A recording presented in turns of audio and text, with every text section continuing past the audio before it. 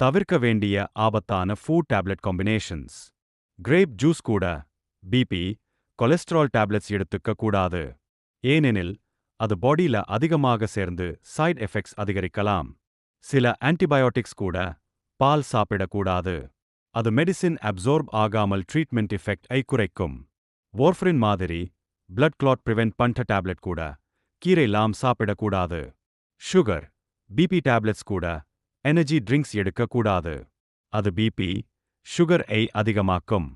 சில BP tablets கூட banana, coconut வாட்டர்லாம் சாப்பிடக்கூடாது. அது பிபி ஐ இன்னும் குறைக்க வாய்ப்புள்ளது. எந்த டேப்லெட்ஸ் கூடவும் ஆல்கோஹால் எடுக்கக்கூடாது.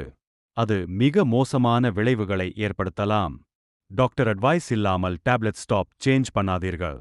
இந்த தகவலை பேரண்ட்ஸ் ஆஃப் ஃபேமிலி மெம்பர்ஸ்க்கு ஷேர் பண்ணுங்கள்.